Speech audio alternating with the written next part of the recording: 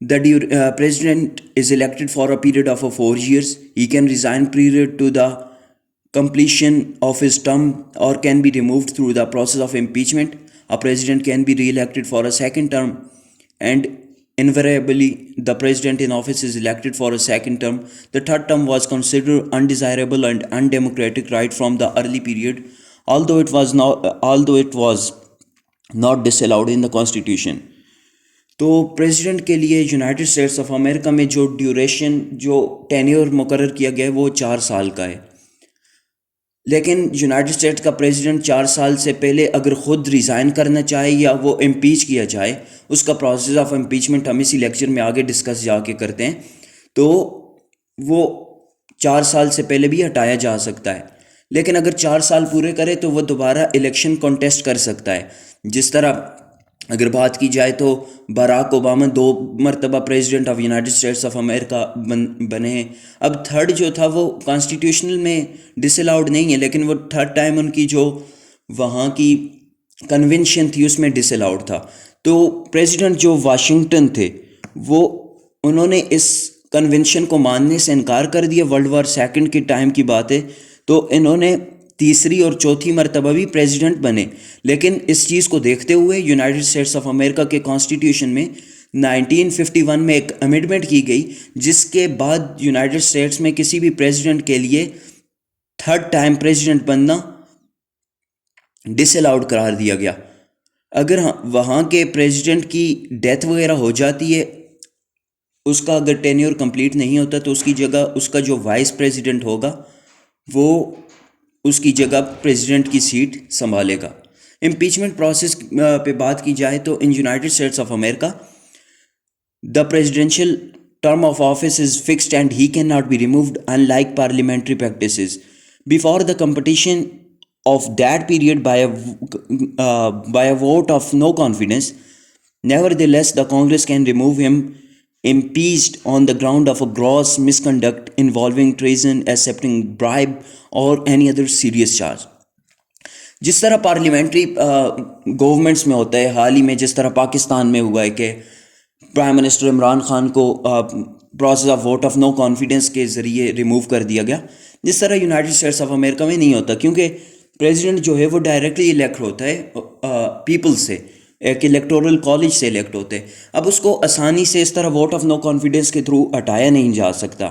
ہاں اگر ایک صورت میں ہٹایا جا سکتے، اس پہ اگر کسی قسم کے غداری کے چارجز ہیں، ہائیلی کرپشن کے چارجز ہیں یا بہت اسٹرانگ چارجز ہیں، تو Congress of United States of America اس کے خلاف امپیچمنٹ بل لائے گی، اور وہ اگر پاس ہو جاتے 2/3 میجورٹی سے پریزیڈنٹ کو امپیچ کیا جا سکتے، ادروائز اس کو کسی بھی صورت میں امپیچ نہیں کیا جا سکتا.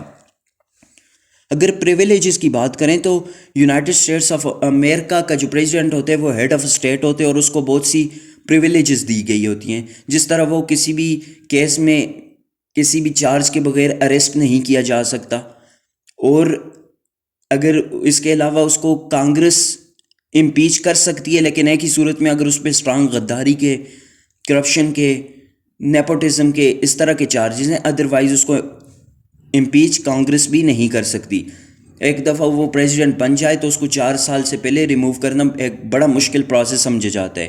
پریزیڈنٹ کی ہائیلی سیلری دی جاتی ہے، اور اس کے علاوہ اس کو بہت زیادہ فیسلٹیز وغیرہ پرووائڈ کی جاتی ہیں.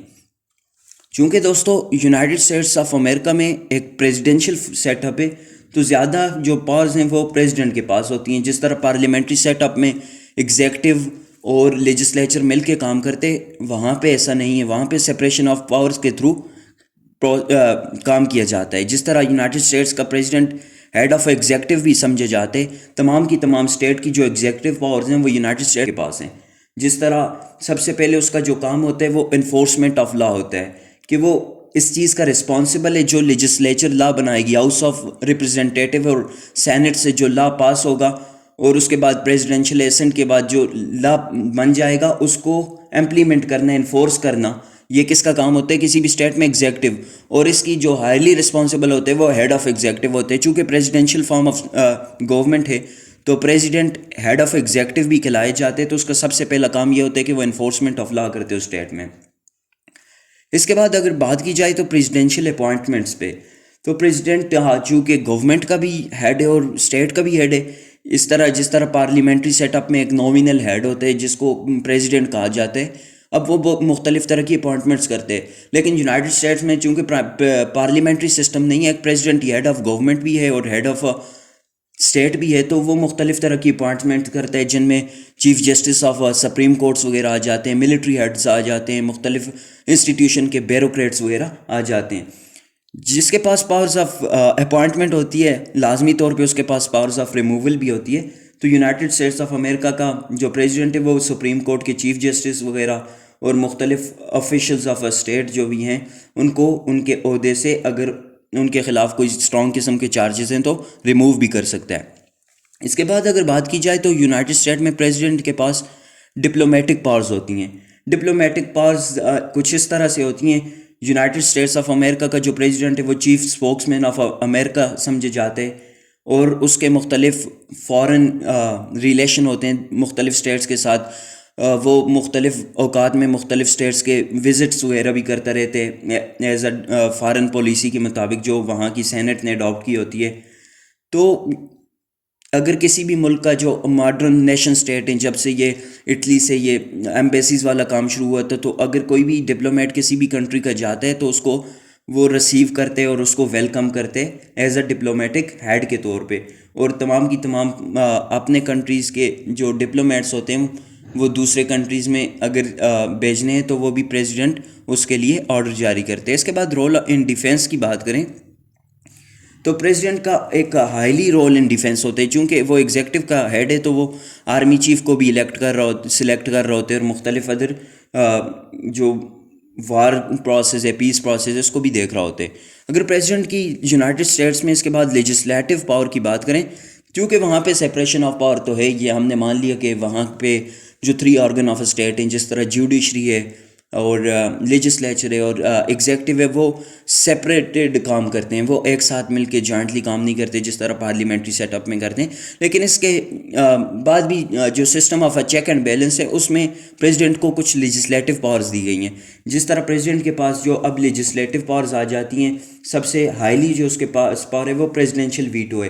پریزیڈنٹ کسی بھی بل کو جو کانگریس نے منظور کیا ہو جب اس کے پاس فائنل ایسنٹ کے لیے آئے تو اس کو ویٹو کر سکتے ہیں. جس طرح اب اگر وہاں پہ ہاؤس آف ریپرزینٹیٹیو میں 289 جو 2/3 میجورٹی ہے اس کے ساتھ بھی بل پاس ہو کے آتے اور سینٹ میں 100 میں سے 66 کے ساتھ پاس ہو کے آتے، لیکن ایک پریزیڈینشیل ووٹ جو ہے وہ سب سے زیادہ افیکٹو ہوتے ہیں. اگر پریزیڈنٹ اس کو اپروو نہ کرے تو وہ اپروو کنسیڈر نہیں کیا جاتا.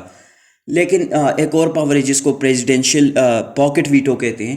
تو اگر پریزیڈنٹ 10 دن کے اندر اس کو بل کو اپروو نہ کرے اور نہ ہی کوئی رسپانس کرے تو اس کو سمجھا جاتا ہے it is a pocket veto and bill consider will be a die and it is called as a pocket veto. تو اس کے لیے سینٹ اور ہاؤس آف ریپرزینٹیٹیو مل کے دوبارہ کوئی پریزیڈینشیل جو وہاں پہ امینڈمنٹس بتائے گا یا پریزیڈینشیل ایڈوائس ہوگی اس کے مطابق اس بل کو دوبارہ امپلیمنٹ کرنے کی کوشش کریں گے.